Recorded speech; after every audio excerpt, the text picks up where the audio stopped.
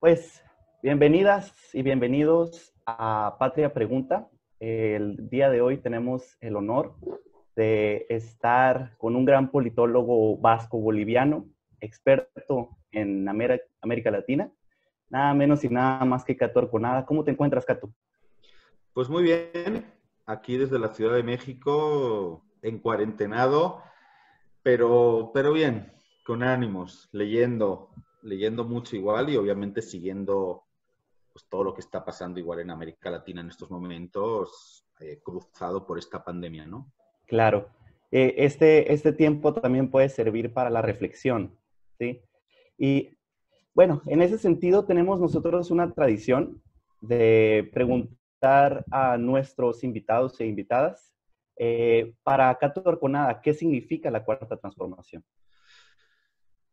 Pues significa muchas cosas, pero desde luego muchas cosas que se sintetizan en un mensaje y es ese mensaje de primero los pobres, ¿no? Yo me acuerdo, una de las primeras veces que estuve en México debió ser en el 2006 y tengo todavía incluso por ahí unas fotos pues yo estaba en Oaxaca y de unos carteles, ¿no? Y de unos espectaculares de Andrés Manuel, bien joven, en aquel entonces se veía, hace poco revisé esas fotos. Y bueno, ese mensaje de primero los pobres, ¿no? Yo creo que si en algo podemos sintetizar la 4T es en eso, primero los pobres, primero las pobres. Es, creo, también el inicio de un proceso post-neoliberal, que es muy interesante porque incluso así lo ha mencionado Andrés Manuel. Eh, y claro, ¿qué es post-neoliberalismo hoy en día? Bueno, es una cosa que hay que ir definiendo, ¿no? Pero desde luego sí sabemos lo que es neoliberalismo. Y neoliberalismo en México es todavía pobreza, es desigualdad, es, además, en el caso mexicano, ¿no? Y de manera dramática, son unos niveles terribles de violencia, porque aquí implementaron ese modelo mediante lo que algunos autores, ¿no? Han mencionado o han llamado como doctrina del shock. Entonces, eh, pues quizás aquí en México ni siquiera, yo creo que os dais cuenta, lo digo con mucho respeto, pero a veces lo menciono en las charlas, habéis normalizado la violencia a unos niveles terribles, lo que no pasa en otros países de América Latina.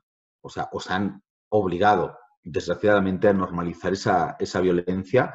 Y solo un dato que a veces, bueno, una vez como pensando en ello, la verdad que me llamaba mucho la atención, y es que cuando cesa el conflicto político-militar, en el conflicto armado en Colombia, la guerra en Colombia, que fijaros, ¿no? Tenía múltiples actores. Yo tuve la suerte de poder estar en una partecita de los diálogos de paz de La Habana. De hecho, estuve en la firma de los acuerdos de género entre el gobierno colombiano y las FARC. Bueno, se hace un proceso de memoria y se identifica cuántos muertos había provocado el conflicto armado en 60 años. Eh, por todos los actores, es decir, ejército, policías, guerrillas, ¿no? No solo las FARC, el ELN, otros grupos armados, paramilitares, por supuesto, ¿no? Que fueron decenas de miles con los famosos falsos positivos, etcétera, etcétera. Bueno, el número, la cifra oficial de muertos, de personas asesinadas durante 60 años, 60, desde de conflicto armado en Colombia, era de 261.000 muertos.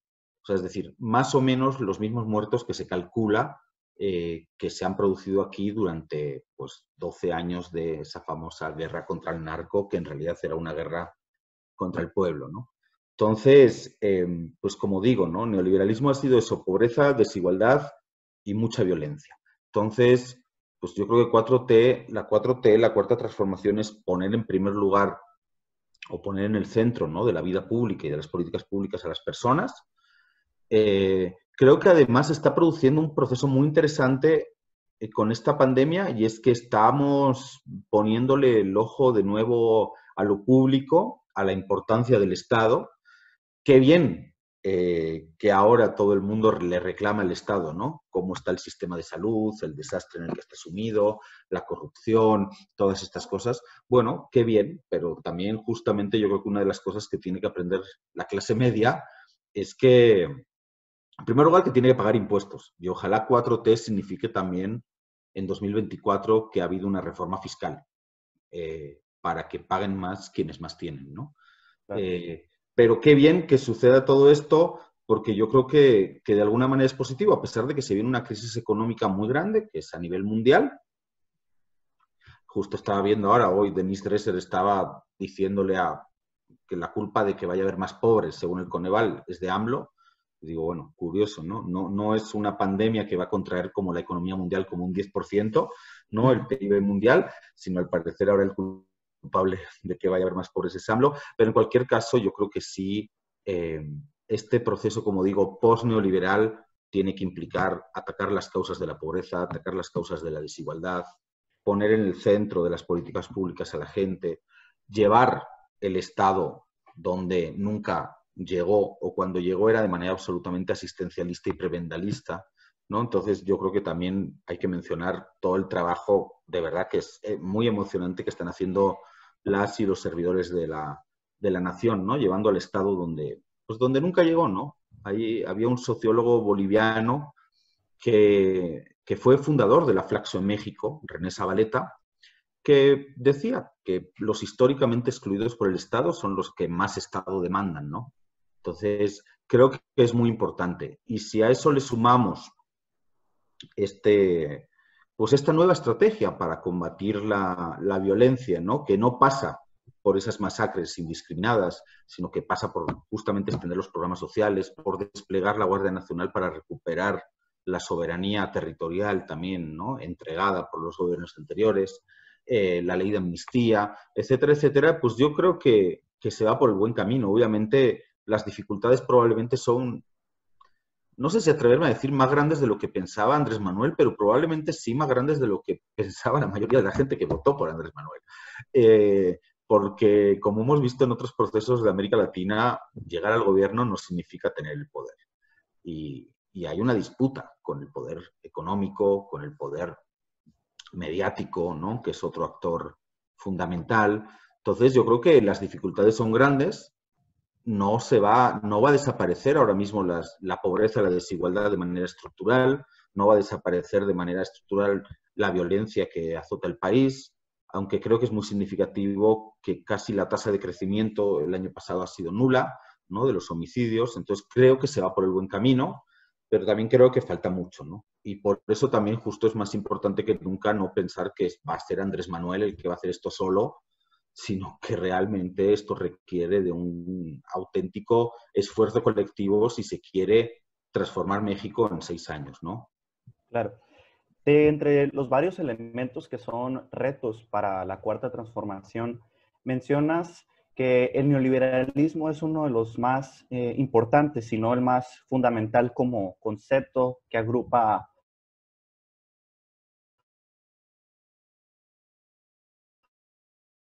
múltiples.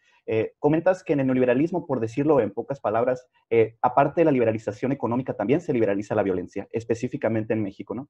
Eso es un gran reto, claro, la pacificación. Pero por otro lado, olvidamos comúnmente las influencias extranjeras o externas a la violencia, ¿no? Como bien apuntas en esta doctrina del shock, donde para evitar confrontación directa se utilizan otros medios para desestabilizar naciones. Precisamente en ese sentido, en este momento el mundo pues ha llegado a una crisis, a un detenimiento total, pero lo que no se ha detenido son las afrentas contra imperialistas contra Venezuela. Nos gustaría que nos comentes un poco de lo que has escrito este sábado para la jornada, sobre cómo es que esta operación, que parece pues también coordinada, pues fue frustrada y cuáles son sus consecuencias y sus causas. Mira, lo que pasó con esta famosa operación Gedeon, con una serie de mercenarios venezolanos y también dos estadounidenses, ¿no? Dos exboinas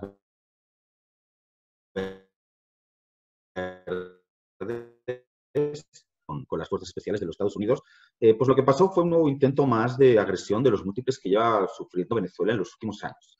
Yo quiero decir una cosa porque además, si algo ha hecho la derecha en este país es justamente criminalizar no solo a Venezuela, sino además a la izquierda en México, comparándola con Venezuela, con Chávez, y bueno, yo he sido objeto también de todo eso desde la campaña, ¿no? Con el famoso PGLeaks, la Operación Berlín y demás. Un saludo a Enrique Krause y a Copel, financiadores de la Operación Berlín. Mira, lo que sucede con Venezuela es una cosa muy paradójica. Venezuela es el país con las reservas de petróleo certificadas más grandes del mundo. No hay otro. El mayor productor es Arabia Saudita, pero el país con las reservas más grandes es Venezuela. Y nada de lo que está pasando estaría pasando si Venezuela no tuviera todas esas reservas de petróleo, además de un chingo de oro, de minerales raros y muy básicos hoy en día para la fabricación de tecnología como coltán, etcétera, etcétera, ¿no? Entonces, a mí me resulta como curioso, hay como una disonancia cognitiva ahí incluso entre compañeros de izquierda, porque aquí nadie quiere, desde luego yo no, y creo que nadie plantea que haya que copiar ningún modelo, ni el cubano, ni el venezolano, ni el chino, ni ningún otro. O sea, México tiene que hacer su camino propio y como decía un gran marxista latinoamericano, José Carlos Mariátegui, ¿no? Hablando de la construcción del socialismo, en un momento en que llegaban todas las ideas del comunismo europeo, decía, pues, para hablar del socialismo indoamericano, que debía ser ni calco ni copia, creación heroica, ¿no? Entonces, nadie plantea copiar absolutamente ningún modelo, tampoco el venezolano. Pero es curioso cómo cuando hablamos de Venezuela, estamos absolutamente subjetivizados por lo que dicen los medios de comunicación. Y resulta que ya todos, vamos a poner en la izquierda y demás, tenemos claro que Estados Unidos no invadió Irak para exportarles democracia, ¿verdad? Ni derechos humanos. Invadieron Irak por un motivo muy concreto, el petróleo. Y además con muchas mentiras, ¿no? Que había armas de destrucción masiva. Bueno, yo no puedo entender cómo tenemos claro que se invadió Irak por petróleo y pensamos que Venezuela, lo que está preocupado Estados Unidos es de los derechos humanos en Venezuela o de la gente en Venezuela. Obviamente no. Y además, justamente, ¿no? Mencionaba antes Colombia, Venezuela tiene un país vecino en el que cada día asesinan a un líder social, incluso después de los acuerdos de paz, y tampoco nadie dice nada. Pero resulta que todos estamos muy preocupados por Venezuela. Te voy a decir más. El año pasado yo estuve en Venezuela entre enero y febrero. Estuve 3 veces. O sea, me tocó vivir toda la toma de posesión de Nicolás Maduro el 10 de enero. Luego llegó, no estaba en ese momento, el 23 de enero con la autoproclamación de Guaidó, pero sí estaba en febrero 2 veces y con los famosos, con el show cultural que hicieron en Cúcuta, esta pelea en los puentes, etc.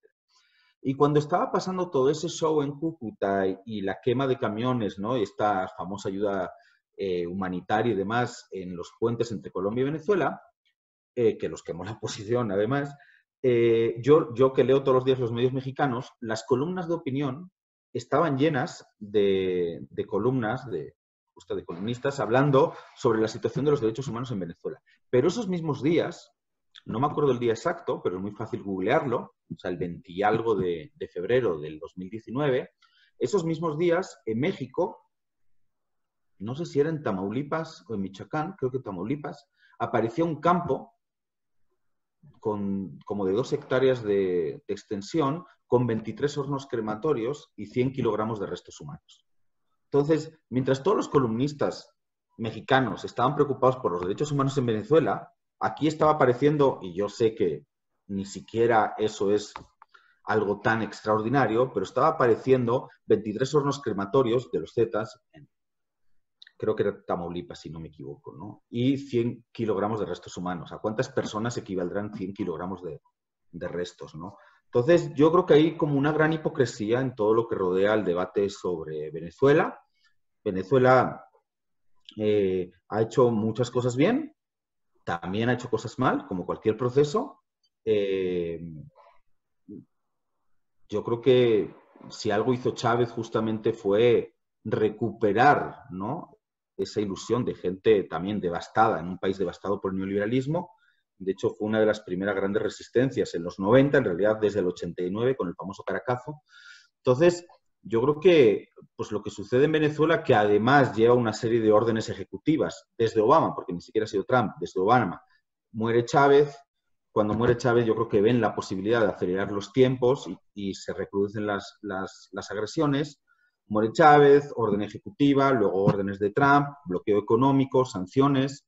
Y por lo que está haciendo es aguantando. Y fíjate, es muy curioso, y lo digo esto también con mucha tristeza, pero yo lo dije varias veces en varias charlas antes de que pasara todo lo que pasó en Bolivia, pero yo dije siempre, nosotros en Bolivia no resistiríamos ni un 10% de lo que está resistiendo Venezuela. Y así fue. Con mucho menos de lo que ha pasado en Venezuela, Bolivia, el proceso de cambio boliviano se cayó. Y lo digo con mucha tristeza, ¿no? Entonces yo creo que también hay que valorar que en Venezuela se construyó una identidad política llamada chavismo, y que además le ha permitido aguantar pues, cosas inimaginables. De hecho, yo que he tenido la suerte de estar muchas veces desde el 2003, que fue la primera vez que estuve, que me acerqué con mucha curiosidad y no conocía tanto, pero pude pasar mucho tiempo en el barrio con la gente. Yo he visto a la gente llorar cuando por primera vez le instalaban un consultorio médico en el barrio, en la favela, en los sitios más pobres y más humildes, ahí arribita, en las famosas casas de techos de cartón, y llegaba un consultorio médico, obviamente con médicos cubanos, porque un médico venezolano nunca jamás en la vida, no, el 99% se atrevería o querría pisar pues una zona de clases populares muy pobres, ¿no? Entonces, yo he visto a la gente llorar, a mí nadie me lo ha contado, he visto cómo alfabetizaban a toda la población hasta niveles muy superiores, reconocidos por la UNESCO, además, a los que tiene México, ¿no? Entonces, yo creo que es un proceso que tiene sus aciertos, sus errores, pero que ellos están defendiendo su soberanía política, económica y territorial, ¿no? Y que obviamente el único interés que tiene Estados Unidos en Venezuela no son los derechos humanos, sino es el petróleo, ¿no? Claro, y apuntas que no hay posibilidad de hacer un calco y copia exacta de otros modelos, pero sí basarnos en ciertos principios, ¿no? Como un principio de soberanía, ¿no? Que precisamente choca con el imperialismo y la voluntad de intervención en otra nación, que es algo que América Latina pues tiene en su historia. Por otro lado, también el afianzamiento de un movimiento más allá del gobierno, que tiene que ver exactamente con, ahora sí, volviendo al Che Guevara, generar un hombre o una mujer nueva, ¿no? En ese sentido, queríamos pues preguntarte sobre los gobiernos que se denominan progresistas hace 5 o 6 años estuvieron, digamos, en entredicho, ¿no? Sobre todo por este avance de las derechas, no solo a nivel regional, sino también a nivel mundial. Parece que la victoria de López Obrador y en Argentina de Alberto Fernández, que vuelve el kirchnerismo, vuelve a dar una esperanza, y también los movimientos populares en Chile, los movimientos contra el traidor Lenín Moreno, vuelven otra vez a ponernos a pues cuestionarnos, ¿no? Si es que el neoliberalismo ya no da para más, ¿no? Sino que es un muerto que ya no tiene ninguna propuesta, ¿no? En ese sentido, este nuevo modelo, bueno, este viejo modelo neoliberal, lo único que propone pues son las armas, ¿no? Y el ejemplo lo tenemos en Brasil. Eh, ¿Piensas tú que todos estos procesos que estamos mencionando, crees que pueda ser un nuevo progresismo y por lo tanto una reconstrucción de América Latina? Es decir, si obligatoriamente pasa por una instauración de regímenes progresistas.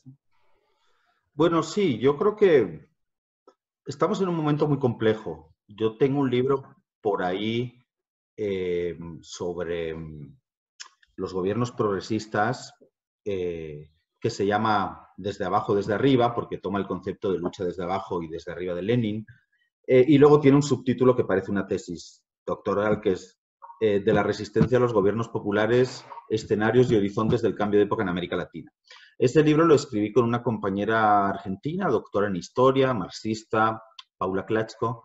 Y con Paula tenemos ya preparado el índice de nuestro segundo libro. Yo estuve el año pasado en Buenos Aires en julio, y volví en diciembre a la toma de posesión de Alberto Fernández. Y pues ya con Paula terminamos de definir. Y nos vimos en diciembre porque nos dieron la mención honorífica por ese libro al Premio Libertador del Pensamiento Crítico en Venezuela. O sea, quedamos segundos. En diciembre con Paula terminamos de hacer el índice de nuestro segundo libro. Y ahora Paula me está presionando mucho, teníamos que empezar, ponernos tiempos, empezar, y Paula me está presionando mucho para que empecemos, y yo no lo estoy haciendo porque, uno, me está costando mucho producir ahora durante esta pandemia. La verdad, no llevo mal del todo el encierro, vivo solo, bueno, tengo un gato por ahí, Mao, que seguro que luego viene a joder un poco, de hecho estaba jodiendo antes. Pero sí estoy durmiendo peor y no me siento tan productivo. Entonces, bueno, pero además de todo eso, todo este rollo para decir que estamos en un momento sumamente complejo como el que hay que parar, tomar aire y ver qué está pasando en el mundo. Nosotros el año pasado también coedité otro libro, que era más una compilación, con un compañero argentino, Matías Casiagüe, se llama Más allá de los monstruos, y justo planteamos que era ese momento gramsciano de monstruos, ¿no? Esa famosa frase de Gramsci cuando habla en sus cuadernos de la cárcel sobre los momentos de crisis, y Gramsci dice que son los momentos donde lo viejo no termina de morir, lo nuevo no termina de nacer, y en ese interregno surgen los monstruos. Entonces nosotros planteábamos que la llegada de Trump y de Bolsonaro, que no eran los candidatos de las élites políticas y económicas en sus países, no eran los candidatos de la derecha tradicional. En Estados Unidos, Trump no era el candidato ni de Wall Street ni del complejo industrial militar, era Hillary. Y en Brasil igual era Geraldo Alckmin, el candidato de las élites de la burguesía, no era Bolsonaro, ¿no? Y sin embargo ganaron por una serie de cuestiones que ya muchas se conocen y que ahora no vamos a entrar. Pero que sí es interesante examinar y analizar, ¿no? Entonces nosotros planteamos que era un momento de monstruos y que ahí teníamos que ver la pugna justo entre la derecha, pero también una derecha en crisis, una derecha con un modelo de globalización neoliberal en crisis, justamente, ¿no? Con Estados Unidos y Brasil, ¿no? Con Trump y con Bolsonaro, pero bueno, el Reino Unido con su Brexit, o sea, una derecha claramente en crisis. Y obviamente, desde luego, también una izquierda y un ciclo progresista que también había entrado en crisis y en una pugna, ¿no? con la derecha. Pero al mismo tiempo terminamos el año, a partir de ese análisis, pero terminamos el año con revueltas muy importantes en Ecuador, en Chile, pero también, aunque son los grandes olvidados del continente, en el país donde se hizo la primera revolución de independencia latinoamericana, en Haití, ¿no? La primera revolución negra en 1804. Con unas revueltas muy importantes, también al mismo tiempo un golpe de Estado en Bolivia, ¿no? Entonces, un escenario muy complejo y que además ahora viene a ser cruzado por esta pandemia. Entonces, de la que realmente no vamos a salir como estábamos. No sabemos, hay muchos debates, ahora los filósofos, ¿no? Zizek diciendo que si esto va a reforzar una sociedad comunista o más comunitaria, el coreano, que no voy a intentar decir su nombre mejor porque lo voy a decir mal seguro, pero planteando justamente que en todo caso y yo coincido un poco más, ¿no? Creo que si el neoliberalismo ya nos fragmentaba como sociedades, creo que aquí va a haber una pugna, pero un intento muy fuerte de fragmentarnos aún más, ¿no? Y claro, y una pugna por ver cómo salimos de esta crisis, como en 2008, socializando las pérdidas, ¿no? Y la crisis pagándola a los pobres, o de alguna manera intentamos que la crisis la paguen los ricos, ¿no? Y no se traslade el peso de esta crisis que se viene que parece que va a ser más profunda que la de 2008 sin duda, a los sectores más humildes, ¿no? Entonces yo creo que estamos como en ese momento, pero además con otros factores nuevos que de repente nunca nos paramos como a analizar mucho, ¿no? El rol del evangelismo, ¿no? Aquí tuvo unas características diferentes, porque aquí incluso parte de la coalición Juntos Haremos Historia fue el PES, que es una cosa sui generis, esa alianza pero luego además perdieron el registro, con lo cual fue una jugada perfecta, en mi opinión. Disculpas a las del PES y los del PES en Sonora. Pero como que hay muchas coordenadas nuevas, ¿no? El rol de los medios de comunicación en muchos de los procesos donde el sistema de partidos implosiona, y diría que es el caso de México, y hay una crisis muy grande de los partidos, pues surgen también, o los medios de comunicación se acaban convirtiendo en el principal partido de oposición. Yo creo que aquí, hoy en día, es mucho más oposición el Reforma que el PRI o el PAN, que están en la lona, de momento. Entonces, pues yo creo que hay como muchos elementos, ¿no? Sí, la derecha también logró algunos avances, por ejemplo, fue desarticular el proceso de integración latinoamericano, y justamente es una pena porque este año México comenzó el año, bueno, la tiene, pero comenzó el año con la presidencia pro tempore de la CELAC, el mecanismo de integración que abarca a todos los países de América Latina y el Caribe, es decir, una OEA sin Estados Unidos y sin Canadá. Y cuando se podían hacer cosas en ese sentido, bueno, pues ha llegado esta pandemia que también impide eventos, cumbres, incluso viajes en avión, etcétera, ¿no? Entonces, yo creo que ahí sí ha habido un retroceso en el proceso de integración latinoamericana, pero obviamente creo que la única salida es, pues sí, un progresismo, más a la izquierda, menos, un proyecto más nacional popular, proyectos amplios, obviamente, como el mexicano, donde hay una izquierda, digamos, tradicional, que ni siquiera es mayoría, y donde hay desde sectores progresistas hasta empresariales, etcétera, ¿no? Entonces, pues yo creo que en esta crisis se ponga por delante o como prioritario lo público, lo común, los bienes comunes, la salud, por supuesto, ¿no? La educación, otros elementos. Yo creo que es algo positivo y que demuestra que obviamente la única salida posible al neoliberalismo es un proceso progresista, nacional popular, que ponga en el centro a la gente, que va a tener características propias en cada país, pero que también tiene que haber una cierta articulación. Y en ese sentido creo que también la alianza que se estaba tejiendo y que, bueno, que espero que continúe entre México y Argentina, entre Andrés Manuel López Obrador y Alberto Fernández, que, digo, Argentina es una cosa también sui generis porque tiene esta cosa muy complicada de entender, ni siquiera para los que hemos estado muchas veces en Argentina y hemos leído mucho y hemos conversado mucho, que es ya el peronismo, ¿no? Entonces, claro, el peronismo lo atraviesa todo y ahí sí yo creo que todavía el obradorismo no implica toda la construcción político, ideológica, cultural que es el peronismo, ¿no? Pero creo que ese debe ser el objetivo, ¿no? Justamente, si el kirchnerismo volvió, después de haber sido derrotado en las urnas por Macri, por cierto, el primer proceso progresista derrotado en las urnas, porque había habido dos, Honduras y Paraguay, derrotados en golpes de Estado contra Emil Zelaya en 2009 y en un impeachment parlamentario contra Fernando Lugo en 2012.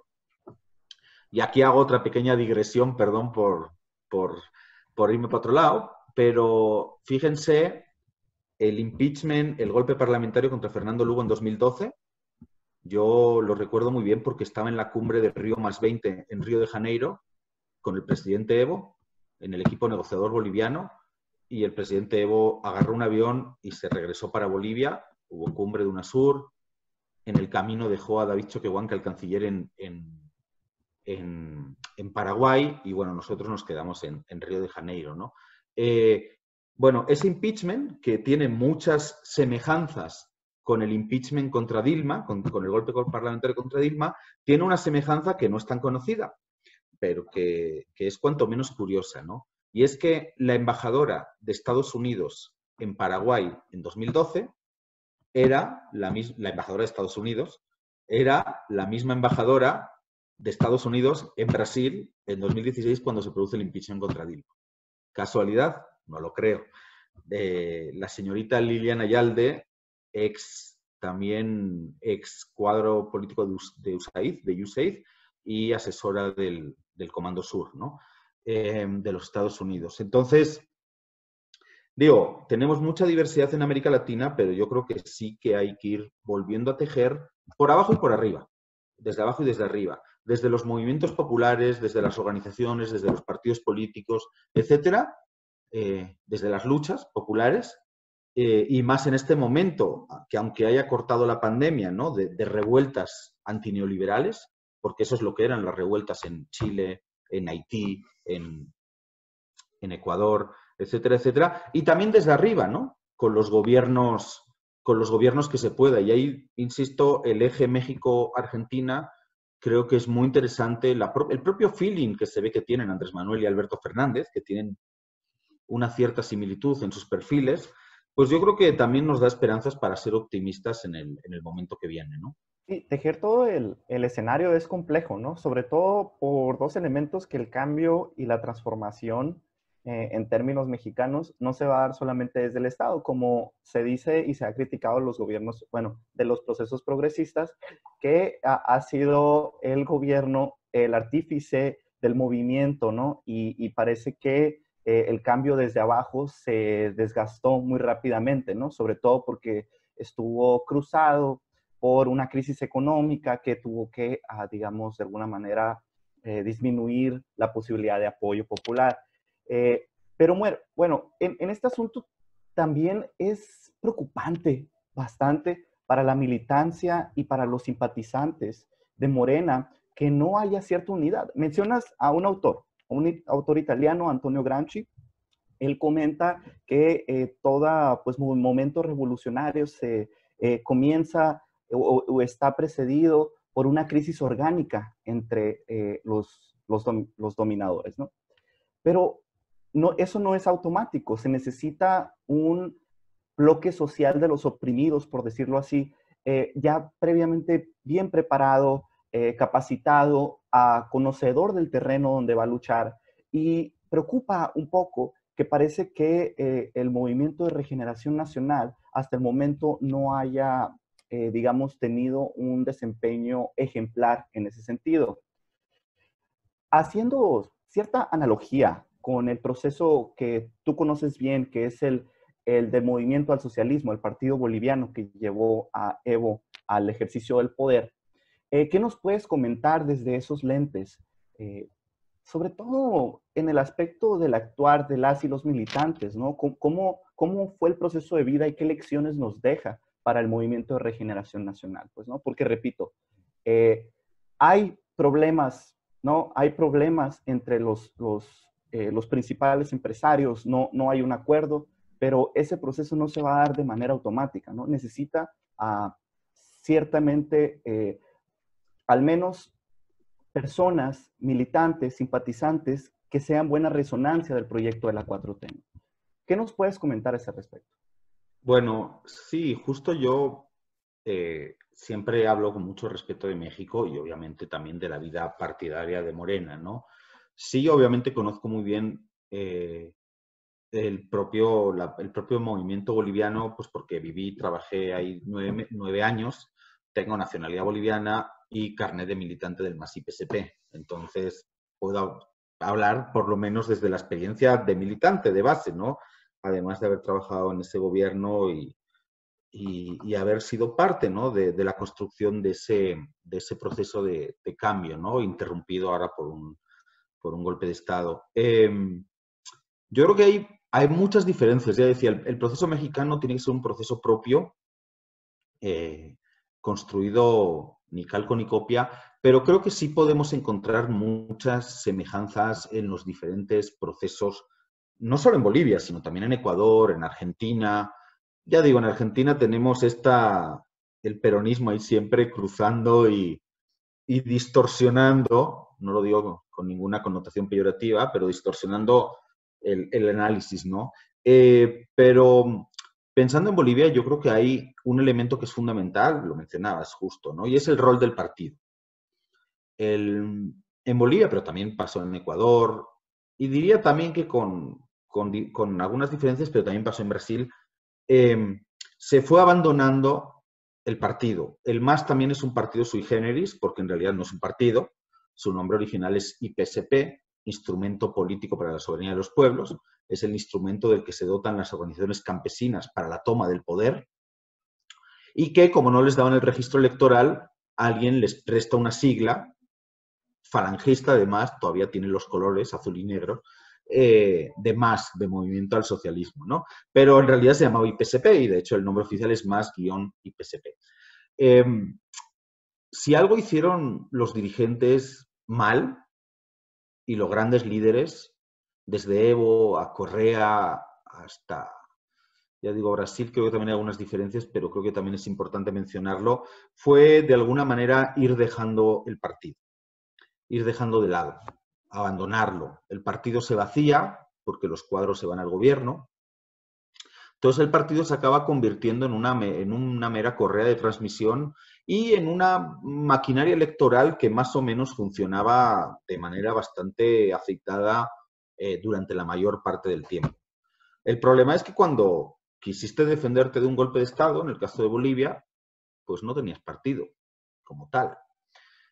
Cuando en Ecuador quisieron organizarse frente a la traición de Lenin, pues tampoco había mucho partido.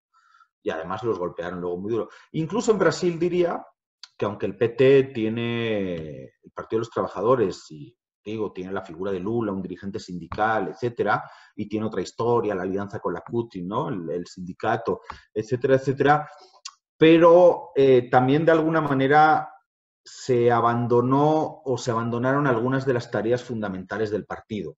El partido se quedó más o menos para la lucha institucional, pero se abandonó por completo la lucha de masas, ¿no? El estar pegado a la calle y a las luchas sociales, y se abandonó por completo también la lucha ideológica, ¿no? Y la formación política. Entonces, hoy puse un tuit, justo un compa ahí, amigo de muchos años, Sebastián Ramírez, puso un tuit sobre Brasil y yo recordaba una anécdota también que me contó un dirigente del PT con el que bueno, he compartido mucho, intentando explicar la victoria de Bolsonaro, y él contaba una visita a la favela y una conversación con el padre de un muchacho de la favela asesinado por el crimen organizado, el narco, etc. Queriendo entender la victoria de Bolsonaro, ¿no? Y este padre, cuyo hijo había sido asesinado, pues decía, y le decía a mi compa del PT, es que cuando mataron a mi hijo, quien estuvo ahí conmigo, acompañando, y quien no fue la izquierda, fue el pastor, fue la iglesia, ¿no? Entonces yo creo que también la izquierda en muchos casos abandonó las calles, abandonó a la gente, se quedó en las instituciones, y las instituciones son fundamentales. Hay que estar, hay que ganar esa batalla también. Tenemos que tener los mejores cuadros políticos posibles en todas las instituciones, disputando también, disputando lo legislativo y haciendo leyes para transformar el país, para consolidar el proceso de transformación. Pero no podemos abandonar las calles, no podemos abandonar las luchas sociales, y no podemos abandonar la lucha ideológica y la formación política, ¿no? Claro. Porque además yo creo que este proceso tiene, pensando en el mexicano, un déficit muy grande en el ámbito comunicativo. Yo creo que hay una muy mala gestión gubernamental de lo comunicativo. Y Andrés Manuel no puede sostener por sí solo en sus espaldas todo el peso de lo comunicativo. Lo sostiene en buena parte. Estas son las mañaneras. Lo sostiene, marca la conversación, pero va a tener un límite. Todo eso va a tener un límite. Porque el desgaste que te producen los medios, que ya digo que en muchos casos es el principal partido de oposición, acaba pasando factura. Y acaba pasando factura en una cosa ahí muy difusa llamada clase media, ¿no? Que Evo siempre decía clase media, clase a medias. Entonces, yo creo que a veces no se mide bien el efecto de erosión, ¿no?, que hace los medios de comunicación y otra serie de cosas sobre la percepción de esta clase media, que además siempre tiene una construcción y un deseo de aspiracional de ascenso social, ¿no?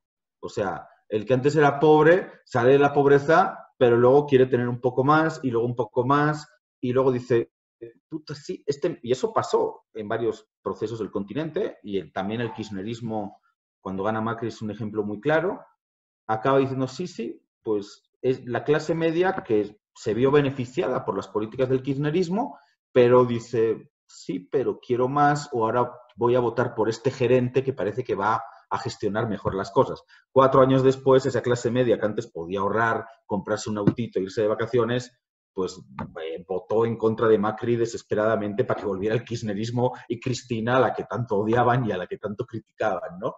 Porque fue un desastre social el kirchnerismo, también para la clase media. Pero además en México tiene una particularidad propia, y es que, pues lo que decíamos al inicio de la charla, primero los pobres. Este no es un proceso para la clase media.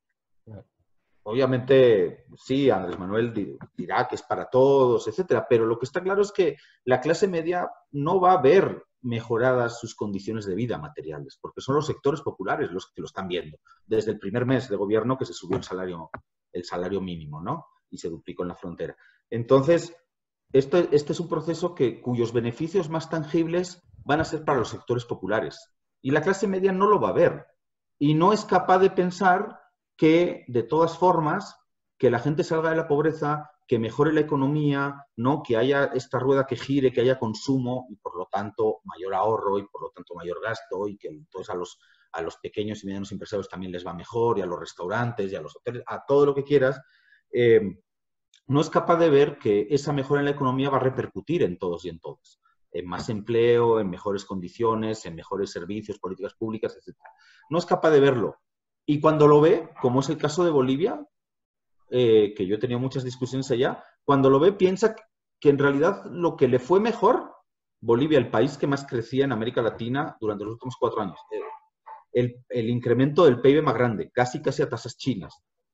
Los últimos años estaba creciendo al 4,5% más o menos, ¿no? El Es país una... que más ha crecido en toda América Latina. Sí, Y solamente para hacer un comentario, el ex vicepresidente Álvaro García Linera, a ese sentido, dice que la igualdad genera rispideces en la propia clase media, ¿no?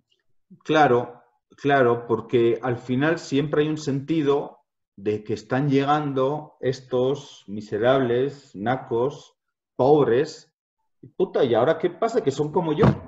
Y ahora viven aquí en el mismo edificio, y ahora pisan el mismo shopping, el mismo mall, el mismo centro comercial que yo. ¿Cómo es eso? No, si yo me lo gané, si yo estudié, si a mí me dieron, no, si yo tuve una carrera, si yo tengo... Entonces, obviamente que hay una resistencia que en Bolivia incluso ha sido la que ha legitimado socialmente un golpe de Estado policial, militar, y con la complicidad, el apoyo de los Estados Unidos, o impulsado por Estados Unidos, pero con la complicidad de esa clase media, ¿no? Que ha mirado para otro lado, ¿no? Veremos en cuánto tiempo se arrepienten. En Argentina, por la vía electoral, fueron 4 años, ¿no? de macrismo.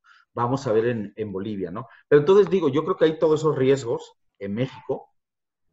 Entonces hay que hacer mucha política comunicativa con la clase media, hay que explicarle justo lo que se está haciendo, cuáles son los beneficios de este proceso. Hay que dar esa disputa político-ideológica con los medios de comunicación y claro, para eso necesitas cuadros políticos preparados, ¿no? Y necesitas un partido que piense. O sea, fíjate, el año que viene tenemos 2021, 500 diputados federales, ¿no? Todo el Congreso, un montón de congresos locales, cientos, miles de cargos municipales y 15 gobernaciones en juego, la mitad del poder territorial de México.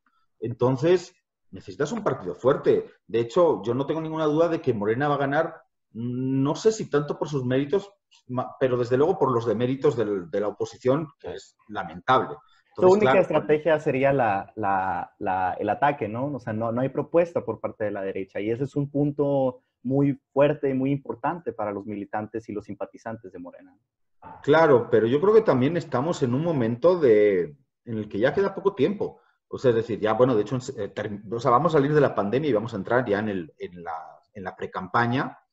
Y pues ahí yo creo que necesitamos un partido. O sea, una cosa es que el PRI y el PAN estén en la lona, pero necesitas un partido que ordene, que construya y que además acompañe todas las acciones del Ejecutivo y las acciones de Andrés Manuel López Obrador. Y no solo acompañe, sino le defienda justamente en guerras, porque son guerras, en las que no se puede desgastar a Andrés Manuel. No tiene que perder ni un segundo. tiene que ser el partido la primera línea de defensa, la primera trinchera en la que defender este proceso. Porque digo, viene 2021, ok, Morena probablemente gane, ya digo, porque tampoco hay mucha oposición. La mitad del poder territorial de México, pero inmediatamente va a llegar el revocatorio. Y casi después, pues llega 2024, ¿no? Y en un país en el que no hay reelección, que eso no es pues ni mejor ni peor, es diferente, pero en un país en el que no hay reelección y en el que hay que pensar quién va a ser la persona que claramente, no importa quién sea, no va a tener ni el carisma, ni el liderazgo, ni el conocimiento territorial, ni ¿no? la capacidad en general que tiene un líder como Andrés Manuel, porque de esos líderes salen muy poquitos, ¿no? No solo aquí, sino en toda América Latina, son líderes muy concretos que salen en un momento determinado fruto de unas condiciones históricas determinadas, ¿no? Pues hay que pensar qué va a pasar también en 2024 y cómo va a continuar la cuarta transformación sin Andrés Manuel, por lo menos sin Andrés Manuel como presidente. Entonces yo creo que ahí el rol del partido pues va a ser fundamental para los próximos años. Si era un partido movimiento que sirvió como maquinaria electoral para llevar a Andrés Manuel al gobierno, yo creo que hay que construir justo un partido que construya ese obradorismo, de alguna manera, del que hablamos, pero que no está tan definido. Claro.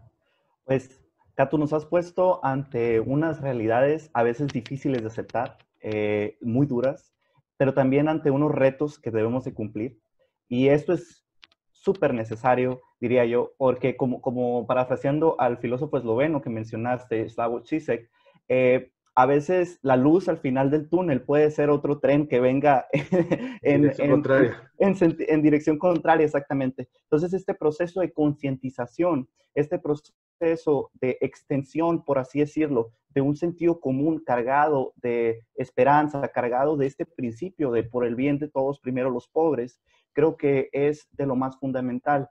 Y pues parece que todo este asunto es negativo, es difícil, pero Katu, hay esperanza para México. ¿Cuál es tu perspectiva? Y bueno, antes de que nos contestes, te queremos agradecer porque como tú comentas, hay una necesidad urgente de extender los saberes, conocimientos e información ante los ataques de desinformación y de fake news.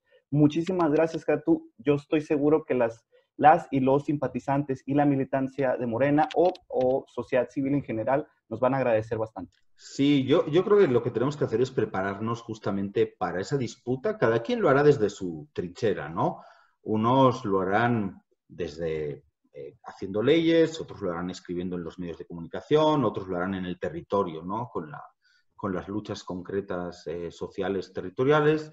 Pero yo creo que si tenemos un déficit, digo, siguiendo lo que mencionábamos, la formación política, el partido y demás, es justo, y antes mencionamos a Gramsci, es la batalla cultural, ¿no? Y en esa, o sea, de repente se puso Andrés Manuel, se le puso, ¿no?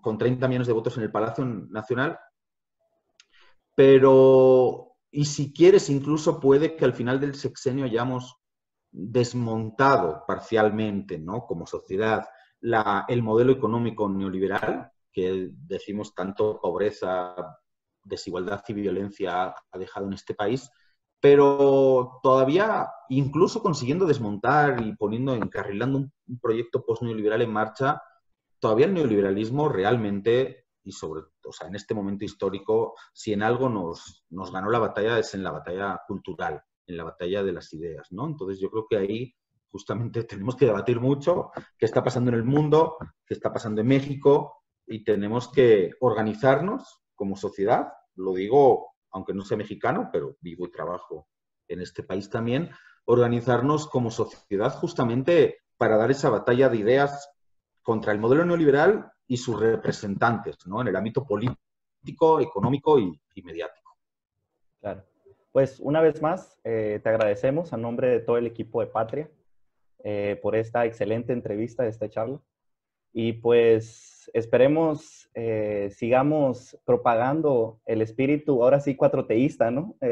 Tú mencionaste un obradorismo, pero también puede ser un cuatroteísmo. Así es.